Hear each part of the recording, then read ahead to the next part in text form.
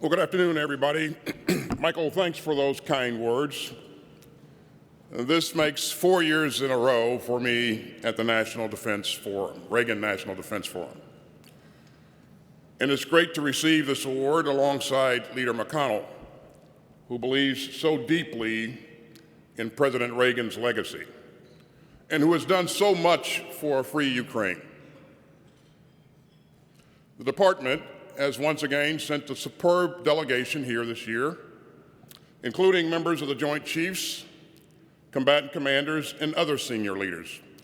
So let's give these outstanding public servants a round of applause.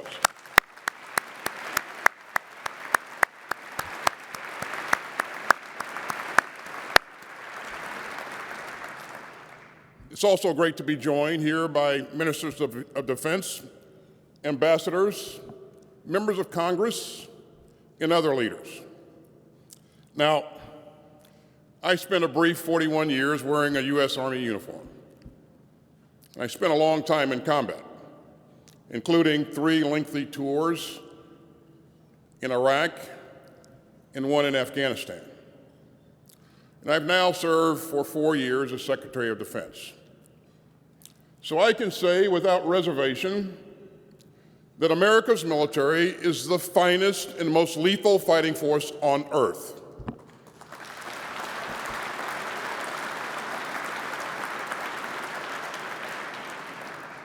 Our mission is blunt. The U.S. military exists to fight and win America's wars. Now, wise leaders will always try to deter conflict, but if we are forced to defend ourselves, we will fight and we will win.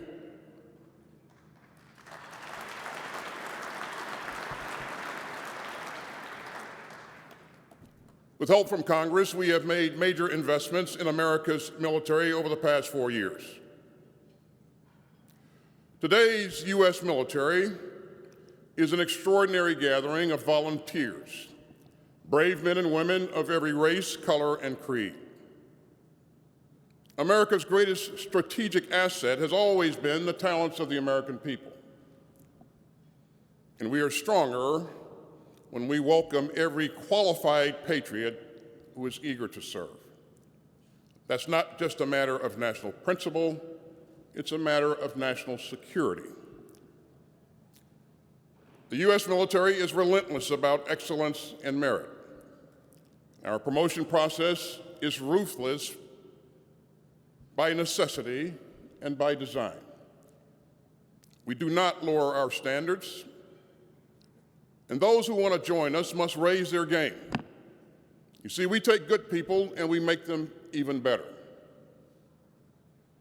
It is our sacred duty to do right by our troops and by the families who serve right alongside them. Now, American democracy is not a sprint, but a relay race. And we are preparing to pass the baton yet again. And I am proud of the progress made by American leadership. The state of America's defenses is strong. You know, 4 years ago, America faced a moment of great challenge. The world was reeling from the COVID-19 pandemic, and our allies and partners feared that America had lost its way, and America's rivals and foes had hoped that it had. Yet President Biden followed in the bipartisan tradition of U.S. global leadership. And America and the Department of Defense are far stronger and better postured for the challenges of the 21st century. We invested heavily in our military. We helped secure the capabilities that America will need over the long term, and we provided principled civilian leadership for an apolitical military. With bipartisan support from Congress, we are set to increase our defense spending in fiscal year 2025 by more than $100 billion compared to the 2021 projections. And the most recent National Defense Authorization Act supports an historic $841 billion in funding for the department. And that helps to ensure that the U.S. military will remain the strongest fighting force in history. And ladies and gentlemen, we face major national security challenges. That includes coercion and bullying from the People's Republic of China, imperial aggression from Putin's Russia, malice from Iran, North Korea, and terrorist groups, and autocrats worldwide who believe that democracy is a thing of the past. But we have stood up to Putin, stood up to North Korea, stood up to Iran, stood up to Hamas and Hezbollah, and stood up to autocrats and thugs and bullies worldwide. We have stood up for American values and American leadership. So I'd like to talk today about what the department has achieved in the past 4 years. And I'd like to focus on a few key areas. Renewing our alliances and partnerships, meeting the pacing challenge of the PRC, rallying the free world to stand up for what's right in Ukraine, and supporting Israel's right to self-defense and preventing full-scale war in the Middle East, investing in our capabilities, taking care of our people, and defending our values. First, we know that our unmatched network of alliances and partnerships is one of America's great strategic advantages. Our allies and partners magnify our strength. They project our power, and they deepen our security. And of course, President Reagan understood that. As he said in 1983, the starting point and cornerstone of our foreign policy is our alliance and partnership with our fellow democracies. So here is the stark military fact. Our allies and partners are huge force multipliers.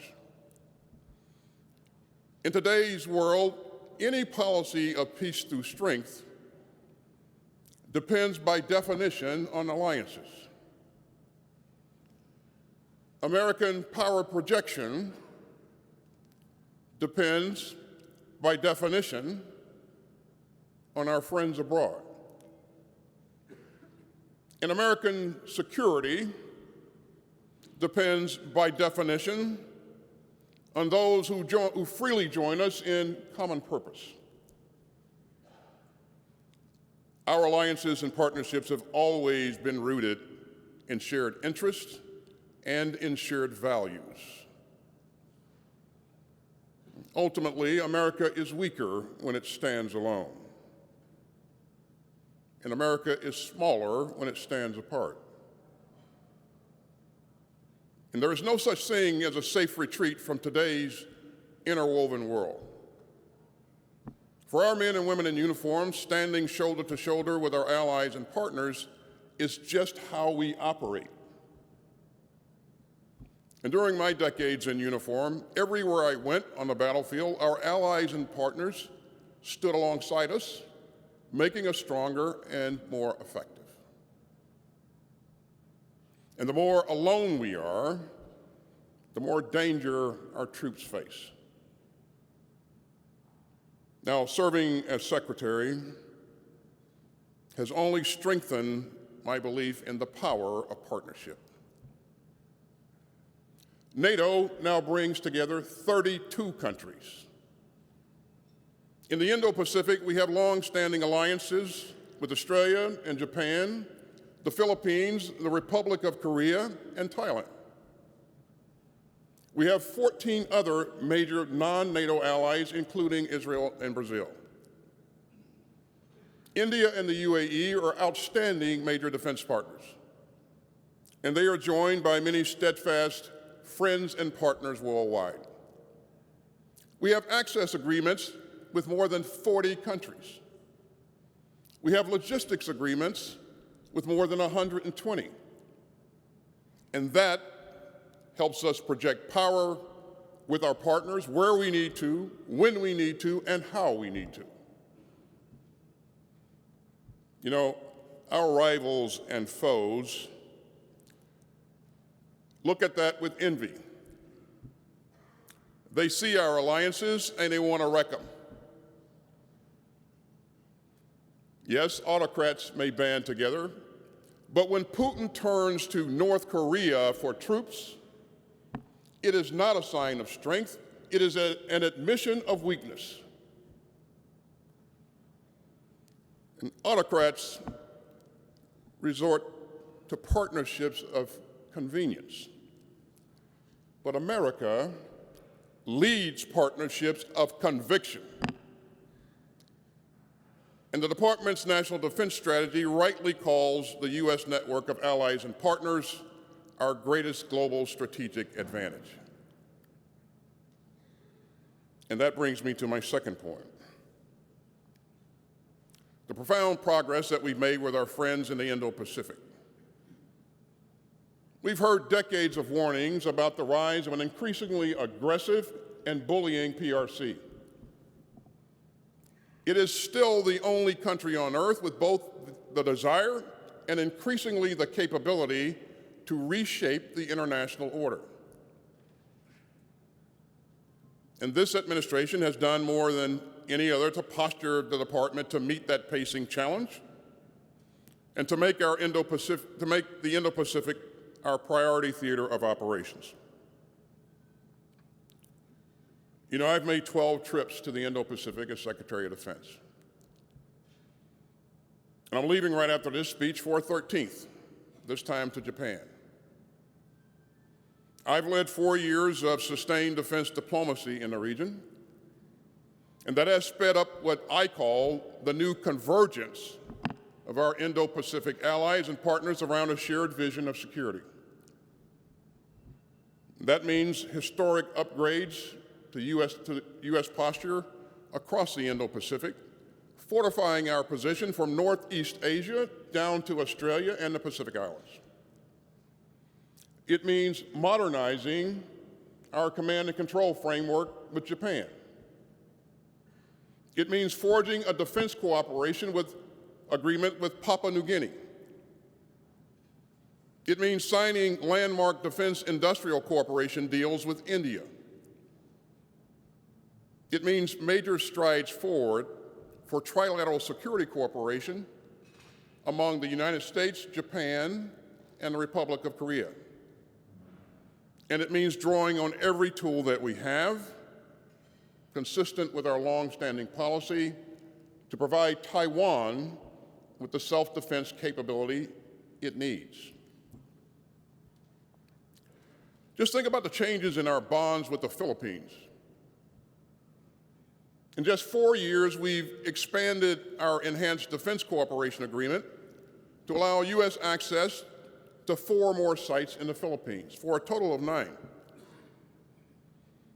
I visited one of those sites on the island of Palawan just 18 days ago, and I was incredibly impressed by the progress that we're making together.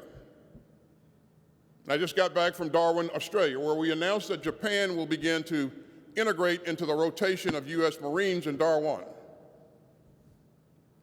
We're also deepening our historic trilateral AUKUS partnership. It will provide Australia with a conventionally armed, nuclear-powered submarine capability. And that's a generational capability. And meanwhile, AUKUS will bring even more cutting-edge tech to our warfighters. In the Indo-Pacific, we produce steady progress driven by a strategic vision.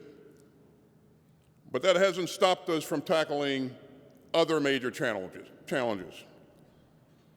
In February 2022, the world was jolted by Putin's all-out invasion of Ukraine. But we understood the danger to American security and global order. And so we rallied some 50 countries to help Ukraine defend itself. And that's the most consequential global coalition since the time of President George H.W. Bush and Iraq's 1990 invasion of Kuwait. America and our friends have become the arsenal of Ukrainian democracy. The United States has delivered 2 Patriot batteries, 24 HIMARS rocket systems, thousands of armored vehicles, and millions of rounds of artillery ammunition.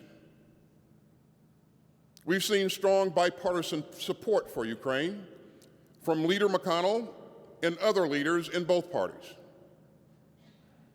And I'm proud to announce today the commitment of a new Ukraine Security Assistance Initiative package worth nearly $1 billion.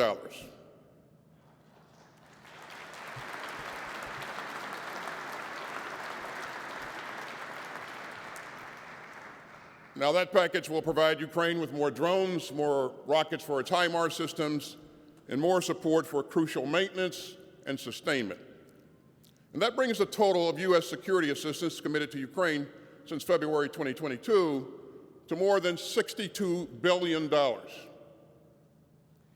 engine of our efforts has been the Ukraine Defense Contact Group, which first met in April 2022 at Ramstein Air Base in Germany.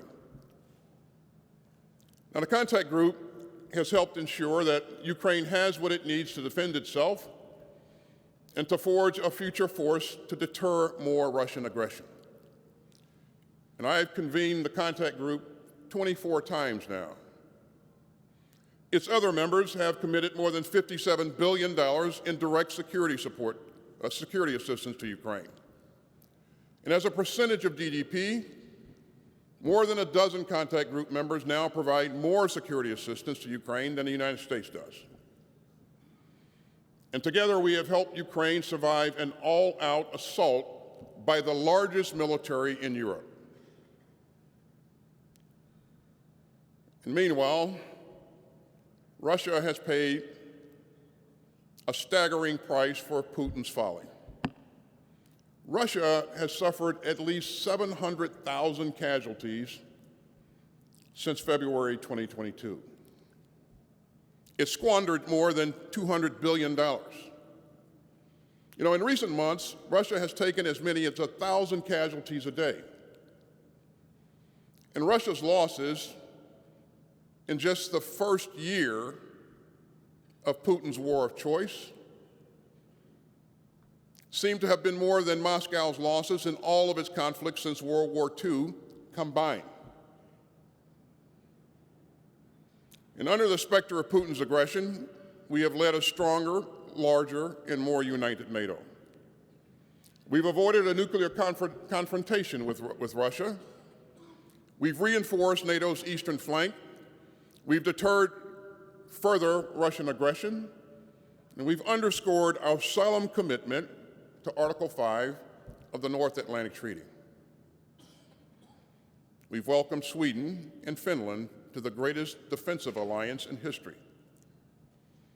And we continue to be crystal clear that Putin's war was not the result of NATO enlargement, but the cause of NATO enlargement. In recent years have also brought an historic increase in annual defense spending across NATO by almost $80 billion. And all NATO allies agreed in 2006 to spend at least 2% of their GDP on defense. In 2014, only 3 allies hit that target. In 2021, only 6 allies did so. But this year, a record 23 NATO allies are meeting that goal.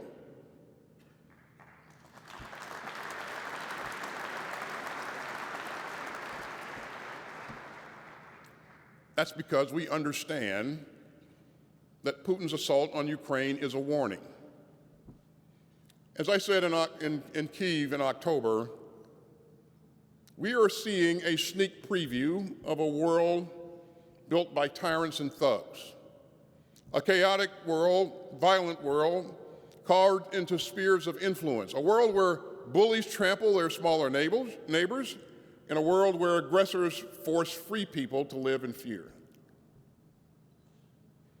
So we can continue to stand up to the Kremlin, or we can let Putin have his way and condemn our children and grandchildren to live in a world of chaos and conflict.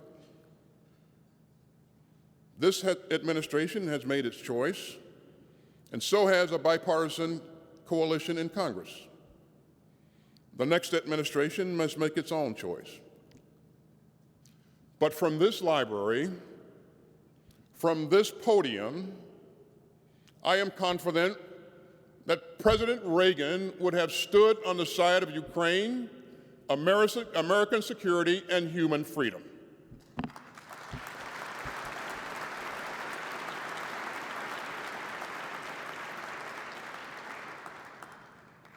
That brings me to my next key area, the Middle East. On October 7, 2023, Hamas committed the worst terrorist attack in Israel's history. Hamas murdered 1,200 civilians, including more than 40 Americans. It also kidnapped 251 hostages, including 12 Americans. It was the bloodiest day in Jewish history since the end of the Holocaust. I flew to Israel just 6 days afterwards, and I was the first visit. It was the first visit by a Secretary of Defense to Israel during wartime in more than 40 years. And I made it crystal clear that America's commitment to Israel's security is ironclad. And we have worked to support Israel to ensure that Hamas can never again commit atrocities like October 7th.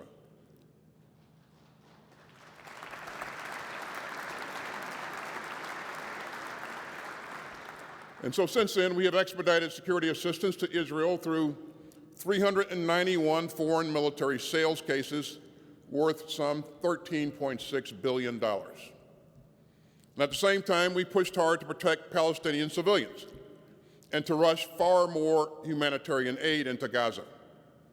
As I said here last year, protecting Palestinian civilians in Gaza is both a moral responsibility and a strategic imperative.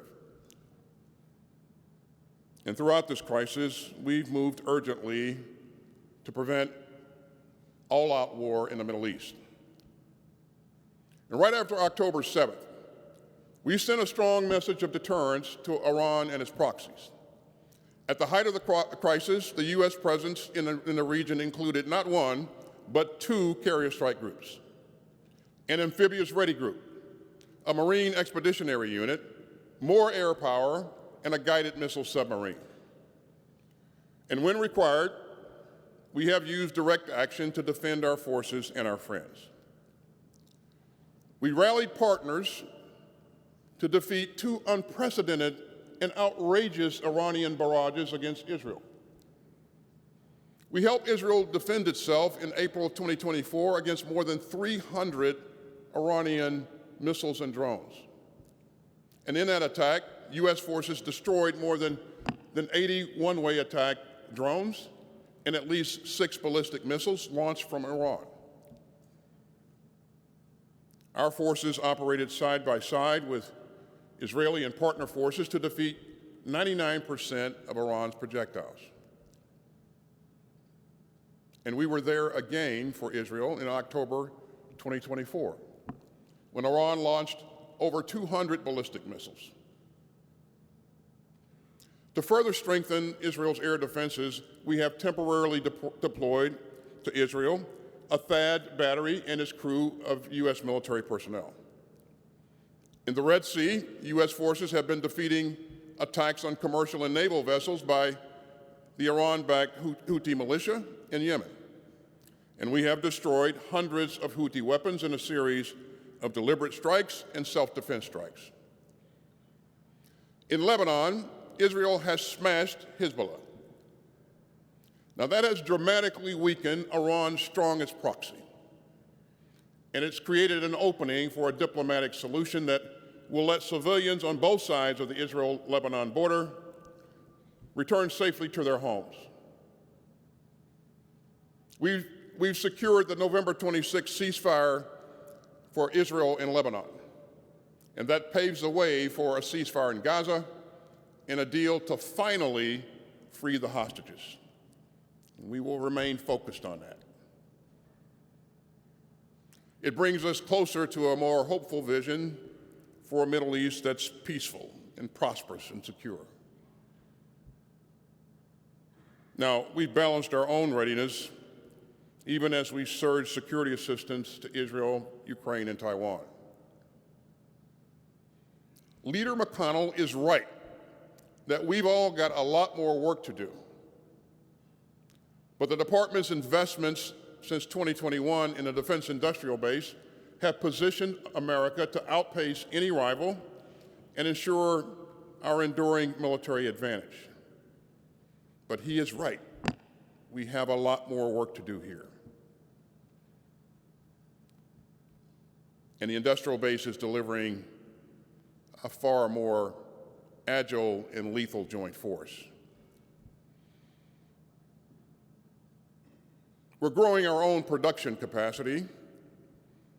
We're implementing the first ever National Defense Industrial Strategy to modernize the defense industrial base, and that will make our supply chains more resilient and our acquisitions more flexible. But again, there is much more work to be done here. We've been buying to the limits of our defense industrial base. And we've been pushing hard with many in this room to expand those limits.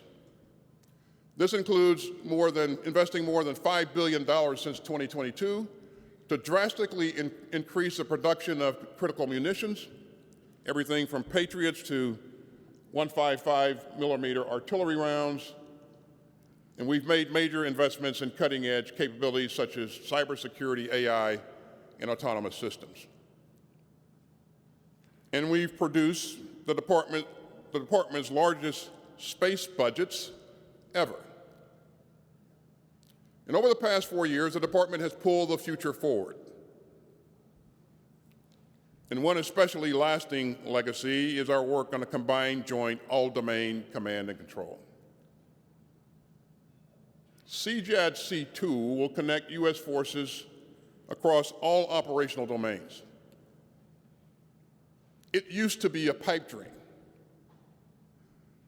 And so many had said this cannot be done. No longer. In less than 2 years, we fielded capability for CJADC2 that is in active use at Indo-Pacific.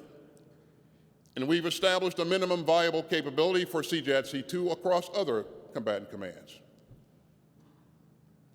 Another key legacy is the B-21 Raider, which you will recall I unveiled 2 years ago on my way to the Reagan Forum. The Raider is America's first new strategic bomber in 3 decades, and it delivers an unmatched combination of range, stealth, and durability.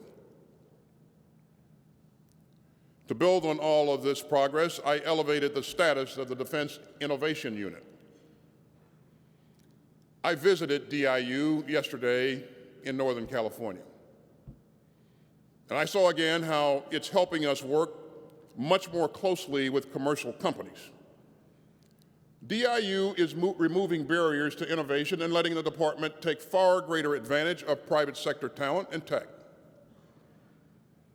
DIU also advanced the Replicator initiative, which helps the department swiftly deliver capabilities to the warfighter at speed and scale. And Replicator is already delivering attritable, autonomous systems to our forces. 2 years ago, at this forum, I launched the Office of Strategic Capital. And we partnered with Congress on authorities and funding. And this office is on track to issue its first loans for equipment financing early next year.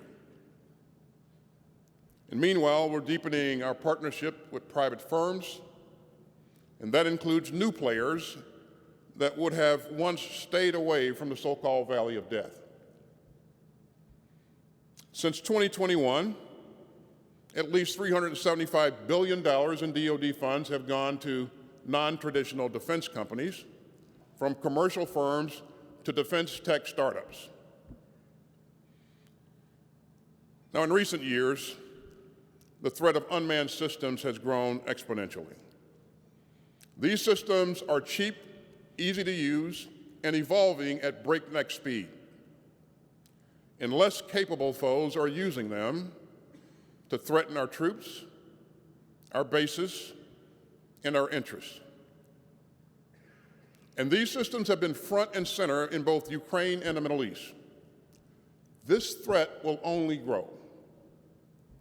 And so yesterday at DIU, we unveiled a department-wide strategy to counter unmanned systems. And this roadmap will help to ensure that our joint force can fight and win in an environment increasingly dominated by unmanned systems. And I am proud that we've mobilized the entire department to tackle this urgent challenge and to remain masters of the changing character of warfare. And that brings me to my sixth key area, and that's doing right by our all-volunteer force and our veterans and their families. So we've taken concrete steps to take the best possible care of our people and their families. Base pay for our troops is up almost 10% since January 2021 with the help of Congress. And we proposed another 4.5% pay raise for 2025.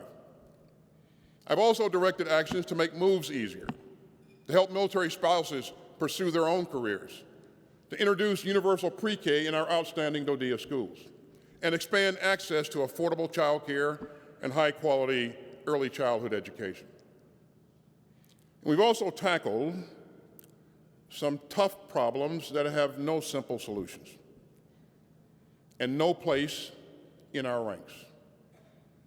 We've been driving hard to end sexual assault and sexual harassment in our military.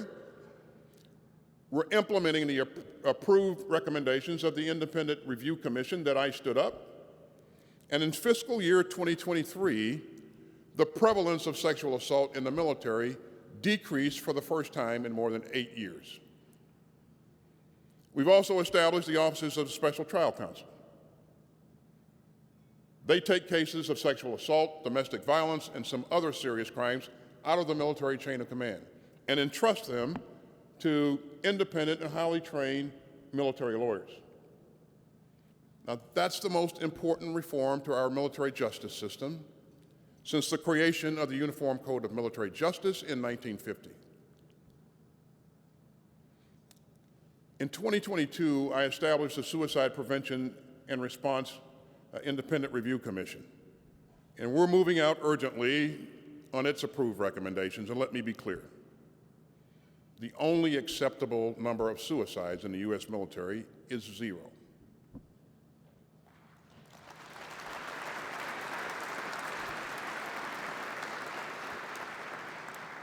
Now, I took office amid major headwinds in the recruiting environment, including a competitive job market and the aftermath of the pandemic. But we focused on a renewed call to service and on bending the curve. And we turned around the recruiting picture in 2024. And I'm very proud that the department has kept up the high levels of retention throughout all the services. And finally, in everything that we do, American values matter. Each soldier, sailor, airman, Marine, and Guardian swears to defend our country and our Constitution. We protect not just the American people, but also the American idea. That is what we do, and that is who we are. The Constitution charges us to provide for the common defense, and we will continue to do just that. That means holding true to what makes America exceptional. It means keeping faith with our friends. It means standing up to our foes, and it means knowing the difference between the two. I say all of this as a lifelong military man, and I know a few things about the American way of war. And over my decades of service to America, I have deepened some core beliefs. They are battle-tested, and they are tempered by decades in uniform, and they are forged by years at war. So what do I believe? I believe this: peace is not self-executing.